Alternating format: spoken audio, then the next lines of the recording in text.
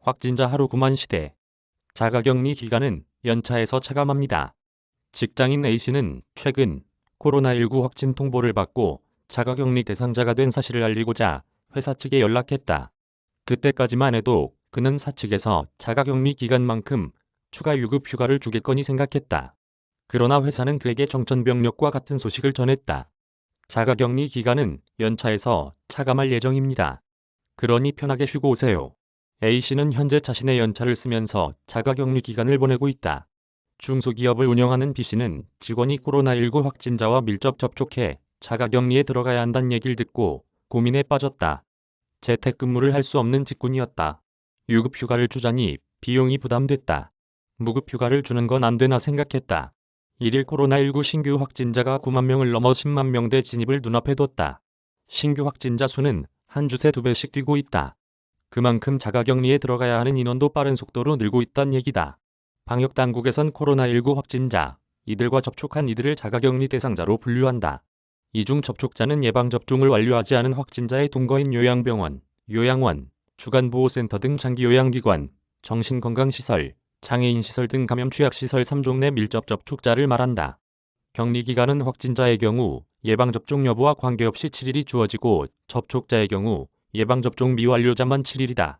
접종을 완료한 접촉자는 7일, 수동감시만 하고 격리되진 않는다. 이때 혼란이 빚어지는 대목이 앞선 두 사례다. 코로나19 확진도 서러운데 자가격리 일수까지 연차해서 차감하는 게 맞는지 유급휴가를 안 줘서 문제가 되진 않는지 혼란투성이다. 재택근무가 어려운 자가격리 대상자에겐 유급휴가, 무급휴가 두 가지 선택지가 주어진다. 유급휴가는 매년 주어지는 연차 유급휴가를 소진하는 게 아니다.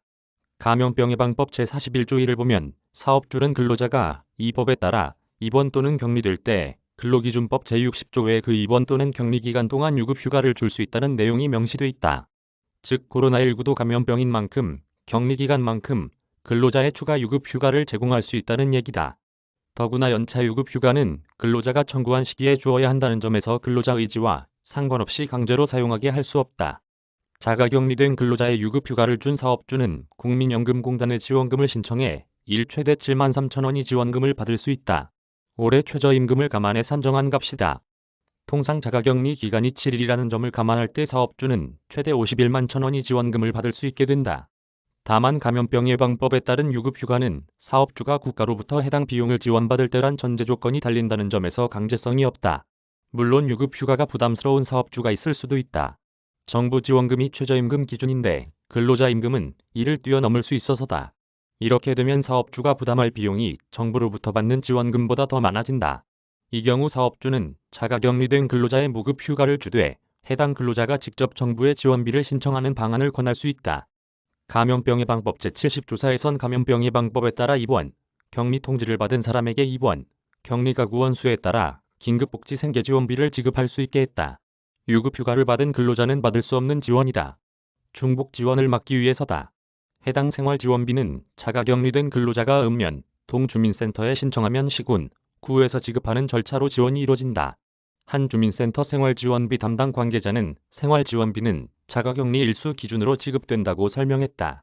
방역당국에 따르면 1일 지원비는 가구 내 격리자 수가 1인일 때 34,910원, 2인 59,000원, 3인 76,140원, 4인 93,200원, 5인 11만 110원, 6인 126,690원이다. 예컨대 7일 격리기간을 가진 근로자 1인은 총 24만 4,370원을 지원받을 수 있다는 얘기다. 단 생활지원비 상한선은 월 14일이다. 박미리 기자 이메일 주소. 저작권자 돈이 보이는 리얼타임 뉴스 머니투데이. 무단전제 및 재배포 금지.